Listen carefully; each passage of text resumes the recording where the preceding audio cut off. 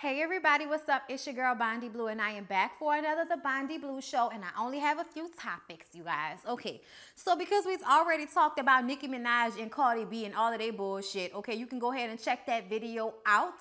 I posted it on Monday or Tuesday or something like that. I can't remember. Either way, it is already up and you are not going to change my opinion about it, okay, Barbs? Fucking deal with it, okay? So y'all, somebody brought it to my attention today that in August, Lipstick Alley posted me up about me quitting my job and helping my channel grow. But the way they worded it, it made it seem like my channel had no growth. And people were asking questions like, why would she quit her job if her channel has no growth?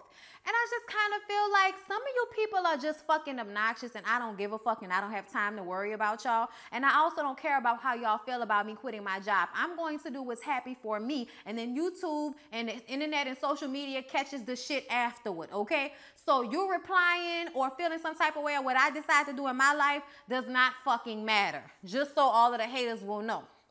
Also, regardless of the fact that I made a video saying how hard this new situation is, that does not mean that it is not a better situation. It just meant I had to clear my palate before I got into 90 Day Fiancé. And if that meant I was going to post that, then that's what that meant. I don't understand why everybody else can post vlogs about them doing all kind of boring ass shit.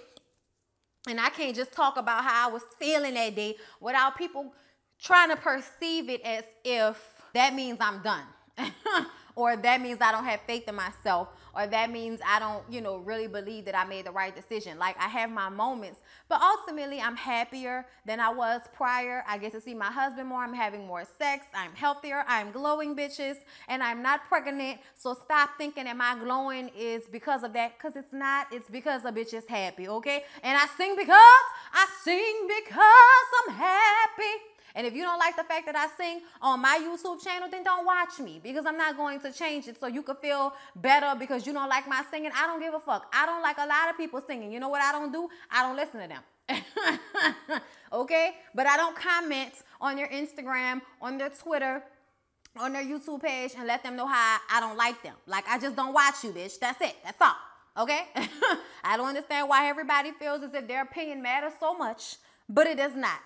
However, before we get into the topics other than what I just started talking about, let me send my little shout outs right quick to the folks who have been hollering at your girl, sending me money, adding to my Patreon account, adding to my PayPal account. All of those links are down below in the description box. Thank you, Denise Wright. I appreciate you so very much. So shout out to Janice White. Shout out to Joanne Horn. Shout out to, hold up, let me get to the Patreons. To Takara, Mrs. Takara, thank you so much, baby, and Meet Joanne. Okay, so Miss Joanne. All right, so shout out to y'all. Shout out to Miss Classy, because it says Meet Classy. So, hey, Miss Classy, thank you so much. Thank you to everybody who are contributing to my Patreon account, who are contributing to my PayPal account, and realizing that if you watch me on a daily basis, on a weekly basis, I deserve to get paid for some of the hard work I put forward. And because of the censorship and the bullshit that goes on YouTube, I don't always get my just due, but that's okay. In due time, baby. In due time. Okay? Now let's go ahead. Or Aunt Tamar Braxton, put it away. Get on my Instagram and see her posting her body in a wig. Girl, put you in your wig and your body away. All right, so let's talk about a few topics that I've saved on my Instagram. First, let's talk about Tyler Perry killing off Madea. I mean, I guess. Like, I guess it's time, like she's a character. And he said he doesn't want to continue to play her once he gets her age. So I understand that. But at the same time, it's not like I'm not going to miss her. I don't know if that's going to affect his bottom line. But Tyler Perry is at a place where whatever he does, he's going to be all right. Okay? So I'm just hoping that when he does whatever his last hoorah with Madea is, because he said he's already done it, I hope it's entertaining. I hope we enjoy it. I hope it's a feel-good movie like a lot of the other Madea movie franchise, situation is, because I enjoy those movies, regardless to how they might seem. People will try to say, oh, they not good, they was whack, or whatever, I don't care what y'all say. Medea's family reunion is my shit. Diary of a Mad Black Woman is my shit, okay? A lot of those movies, I could do Bad All By Myself, my shit. Daddy's Little Girls didn't have Medea in it, still my shit, okay? So, how do I feel? I feel like we could have had at least 10 more years with Medea. That's how I feel about it. Medea could have been, you know, 60, 70, 80, and then, you know, 99, say goodbye, because you know how they say evil never dies. You know, they could have played on the fact that she's one of the mean-ass old ladies that never died, okay? But Tyler Perry is his business. Whatever he wants to do with it, we just going to have to deal with it, okay? But ultimately, I think that I'm sad to hear that it is going to be the end of an era. All right, y'all, let's talk about the Clermont twins. We talked about the Clermont twins from Bad Girls Club a while back, and that's because they got arrested for stealing from a dead man, okay? Stole the credit cards and shit of a dead man, and now they pled guilty. It says Sinead Clermont got caught up in a real messy situation. I'm reading this off the Shade Room. Since then, Sinead has been keeping things real low-key, but we have obtained a statement from the United States Attorney for the Southern District of New York detailing exactly what went down. And basically what they're saying is former reality TV bad girl Sinead Clermont stole debit card information from a man she visited for a prostitution date in his Manhattan hotel. Girl, you would like to hope after these young ladies, you know, air themselves out and hold themselves out to oxygen and all of that, that they wouldn't have to stoop to such a low level of life. Because I don't care what anybody says, selling your vagina to this extent is sad. And once you've been on television, I like to hope that you can only go up from there. But I see that that's not, you know, that's not the truth. However, like I said, prostitution date. When he died of an overdose, Clermont used the deceased man's identity to make tens of thousands of dollars in fraudulent purchases, as well as paying her rent. And I'm like, see, that means that you ain't doing the right thing by your money if you gotta steal to pay rent. Okay, I'm just saying, y'all, because that is stealing. Either way, whatever she had going on in that hotel room, I'm sure now she wishes she would have saved the money on surgery and put it towards her rent so she wouldn't have to be sucking the dick of an overdosed dead man and stealing his credit cards for it, okay? Let that be a life lesson to y'all young ladies. Everything that glitters ain't gold, and every time these hoes trying to make y'all feel like they got it all together because they ain't been on the Bad Girls Club, bitch, they lying to you. You can be on a reality show and be just as fucked up as the person living under the bridge, okay? Moving along, y'all. So T.I. and Tiny's daughter, Zonnique, regrets her eye color surgery. Now, y'all, I felt like that little girl was going. I thought that was a bad decision when they did it. And I feel like because Tiny is so insecure, as much as I love Tiny, Tiny is a very insecure woman. And anybody that feels the need to go and get a surgery that could possibly make you go blind. Also, you can change your eye color when you can just keep wearing them little fake-ass contacts that you was wearing before. I just think that was irresponsible on her part to bring her daughter into that same insecurity. Everybody thinks that, oh, you know, I wanted to do it. What's the big deal? You know what the big deal is? You could have fucking went blind, bitch. Your daughter could have went blind, bitch. How you gonna read the lyrics to the song if you can't see, Zonnique? How you gonna read the lyrics to the new songs if you can't see, Tiny, okay? So yes, I do believe that sometimes when people go to the extremes with cosmetic surgery, it is a no-no. I don't agree that everything that you feel is wrong about yourself or everything that you want to change should not be changed. Some things should be left the fuck the way they are. So Zonnique told somebody on her social media that she would not suggest that eye surgery to anyone. She didn't have any issues herself, but she just wishes that maybe she wouldn't have went ahead and did that and she wouldn't tell anybody to do it. You know why? Because it's dangerous and it's not fucking worth it. It's not worth it. You are beautiful regardless to whether your eyes are dark brown, light brown, hazel green, whatever. Stop letting society make you believe that somehow bitches with light eyes is getting more out of life than you with your dark brown eyes. That is bullshit, okay? That is not fucking true, all right? I'm sorry, but I had to get that out. And I just want to say, as it pertains to friends and family hustle, and Toya said that she feels as if Tiny allows her kids to do the most. And I agree with that. I agree that she allows her kids to do the most. And this is a prime example of you allowing them to do things that at a young age you should be telling them not to do. Like you should be like, no, baby, you don't need that. Don't worry about that. Your eyes are beautiful the way they are. That's what mothers should be telling their children, especially when they're in teenage age, young 20, you know, early 20s. From 16 to 24, you do not need to tell your daughter that it's okay, or she should, if she wants to, that she should be going and get any surgery done to herself. Because if you ask me, I feel like as young women, when it comes to the butt and the boobs and all of that, we are not even fully grown until we are past 24 years old. So I think it's just ridiculous to go out and plump yourself with whatever the fuck these girls is plumping themselves up with when you haven't even given your body a chance to get to the state that it's going to get to eventually. You know what I'm saying? I just see a lot of girls out there that make decisions on a whim that can affect the rest of their lives. And I just think that that's not healthy. And I don't think that is anything that a mother should be instilling in her child. Whether you don't realize you're doing it or you don't think it's an issue, it's an issue. And it just shows other people, just like that little girl came to her asking about it, it shows other people that they need to change themselves too. And that's not healthy. That's just not healthy. I don't care what anybody says. It is not a healthy frame of mind as a mother to tell your daughter she needs to change something like her eye color. Yeah, let's go to Africa and get this dangerous fucking surgery so we can have blue eyes instead of brown. Like, what?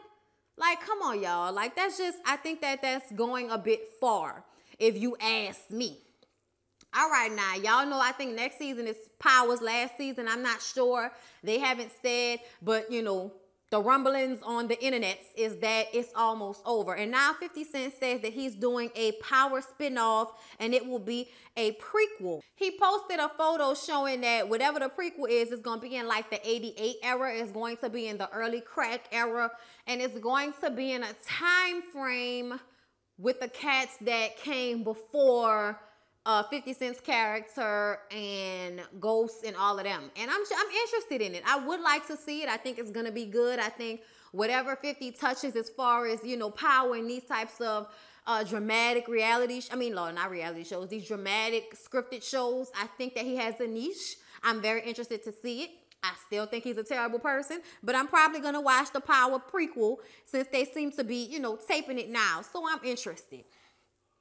Okay, so y'all, I saved another thing, which is Farrah Abrams is trying to back out of this fight that her and Hoops was supposed to do, because her and Hoops was supposed to do a charity fight, and she backed out of it, and we knew she was going to back out of it, because you bitches think that y'all so tough because y'all get on these reality shows and have weak-ass people giving y'all what y'all want, bending to y'all will, making you feel like you somebody that you not, making you think that you're intimidating, making you think that they won't punch you in all of them fucking filled lips that you got and have that shit mushed all over the side of your face.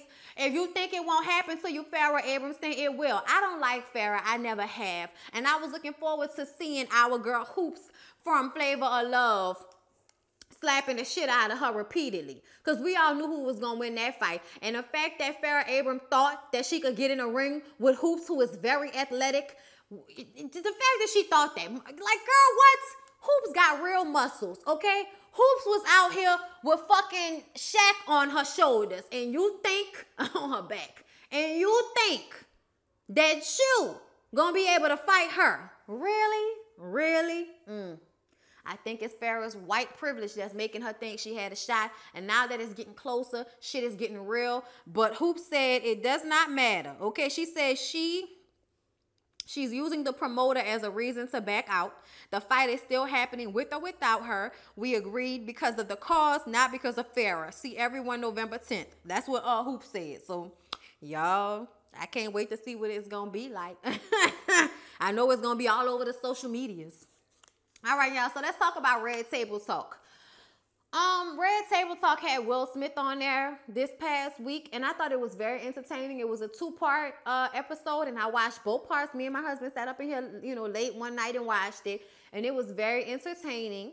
And what we learned basically is that Will and Jada went through a moment in their marriage where they didn't want to be together, but they knew divorce wasn't an option, so they went through therapy, and they went through all of these different things so that Will could understand that the fact that he was famous on the outside, rich and successful on the outside, does not mean that he was successful as a father, does not mean he was successful as a husband. He was always doing these grand gestures, and it was only to make him look good. It was only for him.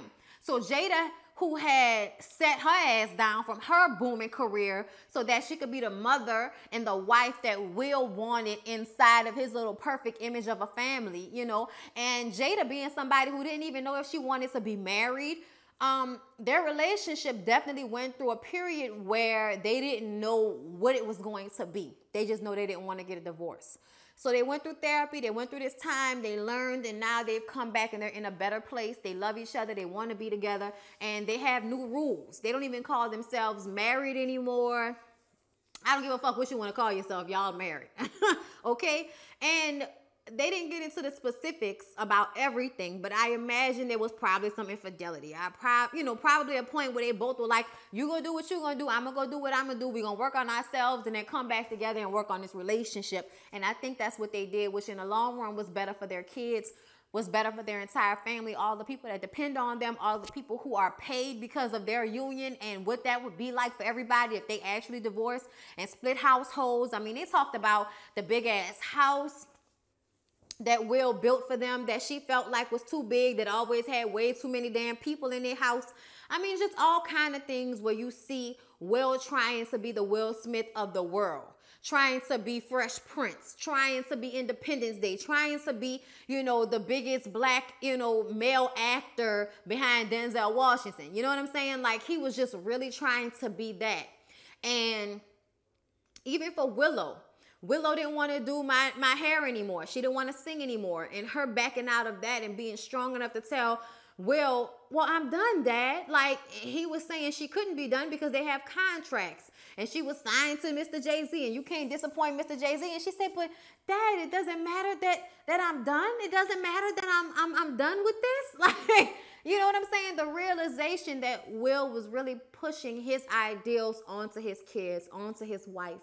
And that eventually that came to a halt. And things had to be moved around. Things had to be changed. And their relationship had to be rebuilt from the ground up with a different set of foundation, with a different set of rules. And I'm here for that. I'm here for them telling their story. I'm here for them sharing. I know everybody can get annoyed a little bit by their self-righteousness, but I don't think it's coming from that place. I think it's coming from a place of, this is what I've learned, and I'm going to give you this information because I want y'all to see where we went wrong, so maybe you can learn from our mistakes. People are not always open to that. People are happy to be blindly ignorant to issues. They're happy to be in dysfunction. They're happy to be in unhappy marriages. They're happy to say that they have something, even if it isn't a good thing. Well, I'm married, I ain't worrying about them, and whatever. All I know is you don't have to look at Will and Jada like their relationship is relationship goals. I feel like my own fucking relationship is relationship goals. Your parents, if they've been together for a long amount of time and they still love upon each other, that should be, goals. It shouldn't always be from some celebrity. But I will say the fact that they wanted to work it out, the fact that they are family unit, they are definitely family goals. I don't care what anybody says. The fact that Cherie is a part of their life, and that other son Trey, and I mean other, not like, oh, he doesn't matter, but I'm saying as far as him not being Jada's biological child and not being a part of the two that they had, I think that their relationship and how they've become this blended family is definitely something to learn from, something to take the positive from and learn from the negative, and see if you could, model your life after it if you have similar situations. But I don't think that means you should be like, oh, I want their relationship, I want their family. No, you just learn from what they've taught you, and if it applies, apply it to your life. Try to work it out, but stop acting like either you can't listen to them at all or their goals. Y'all, we have to learn that there are places in the middle. There are places in the middle. And I'm happy for Will and Jada. I'm happy they were able to work out their relationship, even when so many people around them, their relationships are dying or going away. Look at Dwayne and Tisha. I'm still sad about that. I can't wait to see what this divorce, because they got all kind of money situations, and Dwayne don't have money, so he asking Tisha for money, asking for her to pay for shit, and y'all know how Tisha is. So it's just, I hate to see it go down like this, to tell you the truth.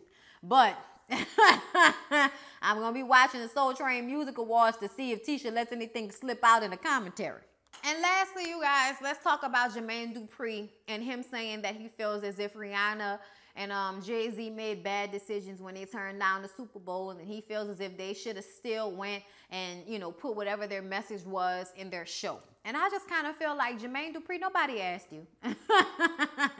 Jermaine, nobody asked you, okay? You still over there growing up hip-hop. Ain't nobody got time for you, okay? Like, I feel like, yes, maybe at one point you were on their level, but you're not anymore.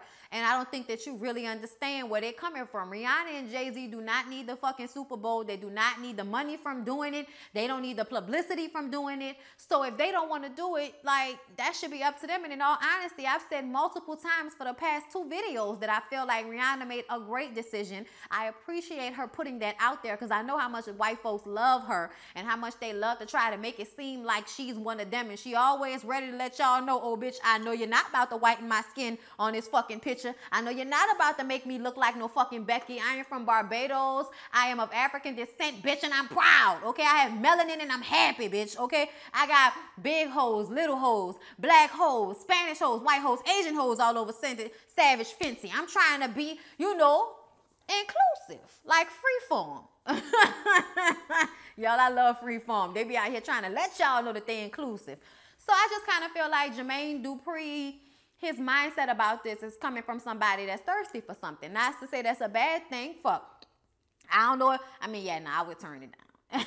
Like, I don't have nothing. Ask me to do anything at the Super Bowl. Nah, I'm straight. I don't want to be bothered. I barely want to watch the shit, okay? Let alone, you know, make my husband force me into putting one of the TVs on it and then making me stay in a room with him. Like, yeah, I don't give a fuck about none of that. Football can kiss my ass as far as I'm concerned. Like, that's just how I feel about it.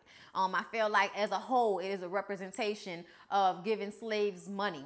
Like, if you look at it, the way they go about it, the way it is handled, the way, you know, all those old white men go in one room and discuss what the fuck they gonna do and how that affects all of these young, you know, black men and Latino men and white, yes, white men, but the majority of, you know, football seems to be black men. So I feel like at the end of the day, a lot of the things that are being put in place affect them more than they affect the white players. The white players don't have no messages to put out there. You know, maybe a hurricane will come and they'll want to help somebody clean some shit up, or their mama died of cancer and they won't be, you know, wearing their pink and all of that. Yeah, they have those types of messages, but those are the messages that transcend the actual situations. And it's just tiring to see the continued, I don't know, like just the continued message of you can be on either, you know, either side of a right thing. Like, like, you know, you cannot agree with this and it's okay. No, it's not. No, it's not. It's letting us know that through your privilege, NFL, through the privilege that you put forward, you can use the government, okay, to make money. The government can use you to make money, putting all of the fucking flags on shit like they're not supposed to, always putting the army and all of that type of shit in the commercials and teaming them up with the football players, trying to glamorize war and all of that. I see y'all, bro. I see y'all, and I'm just not here for it. I'm just not here for it. They do a lot of things that I don't agree with. The whole, like I said, the whole picturesque thing of, you know, having these young black men stand up there so you can weigh them and find out what they can do and all of that. And yes, it's a great opportunity for the men, for the young black men that play football. If that's what you want to do, great, fine. You know, your family supports you and all of the diehard fans do. It just ain't for Bondi. And that's all I got to say about it. So I feel like Jermaine Dupri, like I said, is coming from a place of not having much right now. So, of course, he wouldn't turn down this opportunity. But Jay-Z and Rihanna don't need it. So if they won't turn it down, nobody's asking you to speak out against them and tell them the right way for them to protest. Nobody asked you, nigga. Go find out what Janet doing. Anyway, y'all. Yeah, that's pretty much everything I wanted to talk about. I hope y'all enjoyed this video. It was a tad bit informal because I was going off of everything that was on my Instagram, plus some other things I just wanted to talk about. But we just came from Copeland's. Y'all should follow me on Instagram at BONDY.BRITTANY so you can see the videos I put up of the fried chicken and everything that we was eating. That's why my mouth watering and I'm spitting all over the fucking place. Good thing ain't nothing close to, you know, it's for the spit to get on. The camera and the light farther enough away, spit ain't getting on it. Anyway, y'all, I'm out of breath. I'll see y'all in the next one. Peace out.